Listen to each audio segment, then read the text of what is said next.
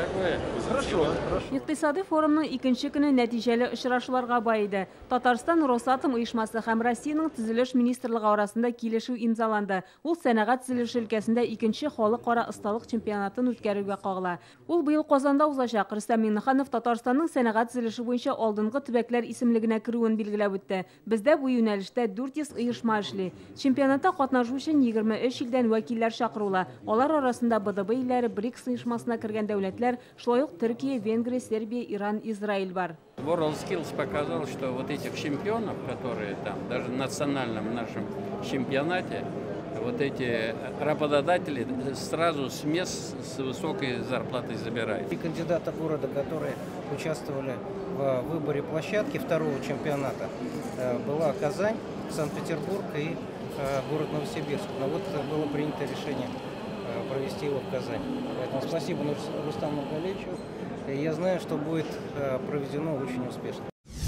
Иктисади форум кысаларында фикер алышулар көне буе бара. Бүген катнашучылар җирлекләрне үстерүдәге яңа алымнар турында да сөйләште. Әлеге очрашуда Рус реестр башлыгы Алекс Куфинский, Россиянең төзелеш министры Ирек Фәйзуллинның катнашуы бу теманың гаять мөһим булуын күрсәтеп тора. Рөстәм Миңнеханов Татарстанда җир һәм күчемсез миллек буенча бердәм ресурс булдыру тәҗрибәсе турында сөйләде. Ул бездә тәҗрибә рәвешендә тормышка ашырылган иде. Президент эш барышында теркәлмәгән объектларның күп булуын ачыклап әйтә. Аларны рәсмиләштерүдә кыенлыклар килеп чыга. Бу мәсьәләне федераль дәрәҗәдә хәл итәргә кирәк, диде ул. Мы провели выездное обследование, собрали информацию о собственниках этих участков здания.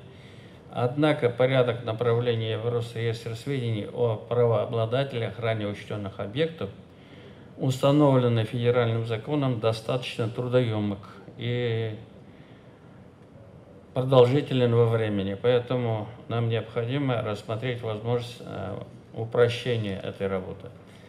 Следующий вопрос, проблемные проблемы выморочного имущества на территории нашей республики. Выявлено более 20 тысяч объектов недвижимости, права на которых зарегистрированы на умерших лиц. Президент Россия Дәүләт Советының төзелеш, торак, коммуналь хуҗалык, шәһәр мохите юнәлеше буенча комиссия утырышын үткәрде. Анда елына 120 миллион квадрат метр торак төзү буенча ил күләм максатка ирешү алымнарын карадылар. Хәзер әлеге тармак 5 еллык программага күчә. Ул объектларны алдан проектлап һәм илешләп гамәлгә ашырырга мөмкинлек бирәчәк. Президент безнең илдә төзелеш буенча бик күп программалар кабул ителде дип билгеләп үтте. Бүген торакның 83% яңа кагыйдәләр буенча төзелә. Все принятые решения позволили уже по итогам прошлого года, тоже было сказано, выйти на 92,6 миллиона квадратных метров. Вот по нашей республике мы перешли рубеж 3 миллиона квадратных метров. Көннең беренче яртысында Татарстан президенты ВК генераль директоры Владимир Кириенко белән очрашты. Алар республикада әлеге оешманың проектларын тормышка ашыру кулланучыларны дәүләт порталындагы хезмәтләргә җәлеп итү өчен ВКонтакте социаль шелтәреннән файдалану турында сөйләштеләр. Владимир Кириенко интернетта татар телен куллану өчен ясалма интеллект технологияләреннән файдаланырга тәкъдим итте. Иннополис университеты белән хезмәттәшлек итәргә әзер булуын да әйтте. Анда уртак фәнни-техник проектлар гамәлгә ашырылырга мөмкин, диде ул. Сейчас важно, мы строим производственный кластер. Это, по нашим оценкам, до 1000 человек, разработчиков, которые нужны в регулярной основе дорабатывать наш сервис. Очрашуда Иннополис махсус икътисади зонасында яңа эшләнмәләр үзәге төзү мөмкинлеген карадылар. Бу проект ICL компаниялар төркеме белән тормышка ашырыла ала. Шулай ук ике арада килешү төзелде. Ул фәнни эшчәнлек буенча яңа кафедра булдыруны, яшьләрне укытуны һәм хезмәткәрләрнең белемен арттыруны күздә тота. Подписано 16 июня 2022 года в городе Санкт-Петербурге. Татарстан белән Почта банк арасында да бүген хезмәттәшлек турында килешү имзаланды. Бу документка Рөстәм Миңнеханов һәм банк идарәсе президенты Александр Пахомов кул куйдылар. Ул район үзәкләреннән ерак урнашкан авыл халкына банк хезмәтләреннән файдалану мөмкинлеге бирә. Республика президенты эшмәкәрләр белән хезмәттәшлекне ныгыту һәм аларга отышлы кредитлар булдыруны да күздә тотарга кирәк, диде.